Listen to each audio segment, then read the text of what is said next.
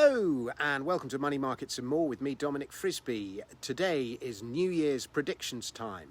Look out for my live shows coming up. There's my lecture about gold in London in February and a tour with my songs coming up in March, April. There are dates in London, Somerset, Hampshire, Surrey, Essex. This is a really fun show. It's really good. Details in the comments. Please come.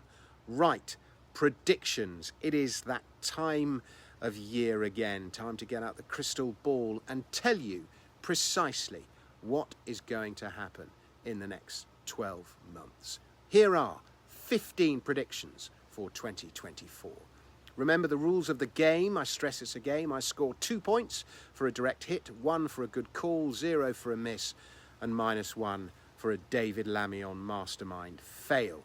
And as I do every year, I'll come back and mark my homework next December.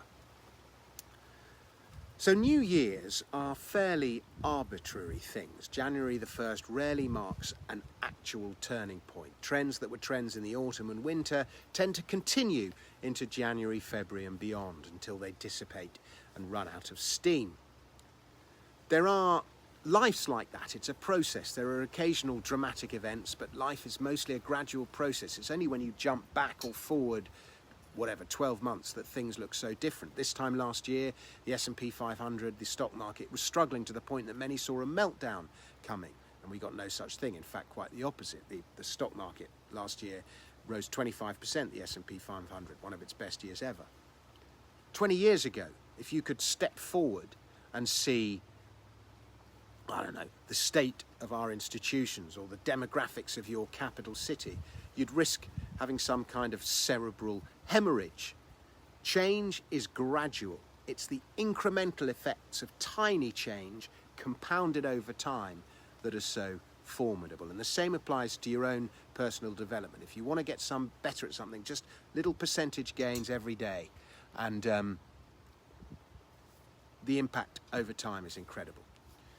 But we're going to start with an ongoing gradual process that I do not see reversing in 2024. And that is prediction one, the Great Decline goes on. It may not feel like it in this Great Decline, but life, generally, believe it or not, is getting steadily better, at least from a technological point of view. But technology is subject to the improving forces of competition and free markets. Our system of government is not. Our systems are from a different era. They should be obsolete, but they persist. And they're not improving, but they are stultifying. So my prediction is this: everywhere the state's tentacles reach remains a drain on productivity. Our once great institutions continue to fall apart like zombie meth addicts stumbling towards dysfunction. I'm going to write a song called Nothing Works Anymore. So the new woke religions of climate change, the NHS, white man equals bad, they all endure exhausting resources and minds. And the ordinary worker, desperately trying to improve his lot, is bled dry by taxes, inflation, housing costs, and the voracious state monster. Fiat loses yet more of its purchasing power. The South Africanization of everything continues. Prediction 2, gold goes to new highs. 2,400, here we come. It is not all bad. However, this is a good year for the anti-fiat trades and gold breaks out. Finally. 3, Bitcoin goes to new highs as well. The barrier that is the all-time high at $69,000 falls. The ETF, the halving, the money printers, and the tech itself all play their part. And if there is one thing Bitcoin has taught me, it is never to underestimate how high it can go. 4, but Ethereum, for reasons that escape me, outperforms Bitcoin. I wrote what is generally agreed to be one of the first books about crypto, but the industry has moved so fast, I am mostly baffled by it. What are most of these coins actually for? But one observation I've made is that Ethereum always seems to move later in the cycle, and by more. Why should this time be different? 5, the US dollar trends sideways. The US dollar has been trending sideways for over a year now, frustrating bull and bear alike. It should be lower.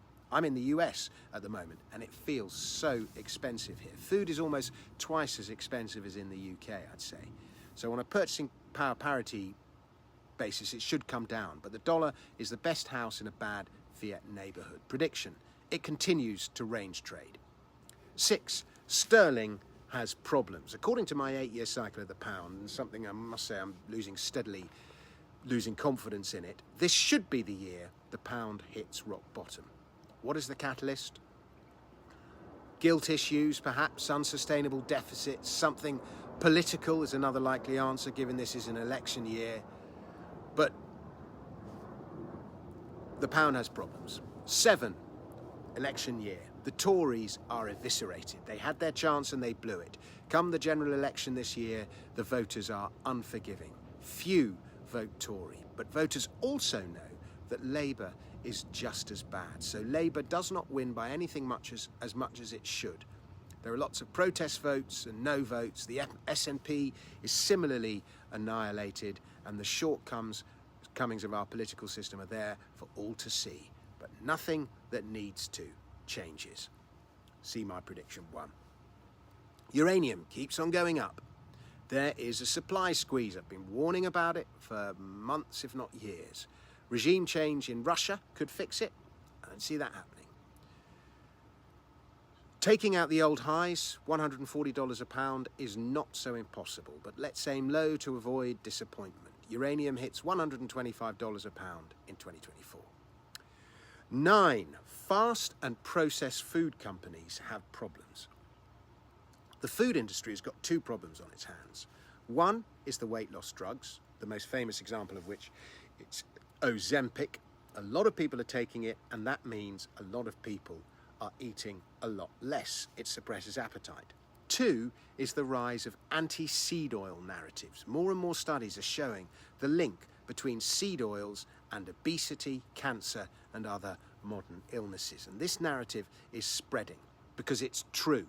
And at some point, the mainstream will start regurgitating it. There could be legal suits. West-centric fast and processed food companies have a problem on their hands. Those that market into the developing world, less so, as they'll continue to have that outlet. Timing the short will be everything. It's hard, but that is a huge theme I see in the next few years. 10. A good year for the Japanese yen. It is as cheap as it's been for a very long time. That is something that reverses in 2024.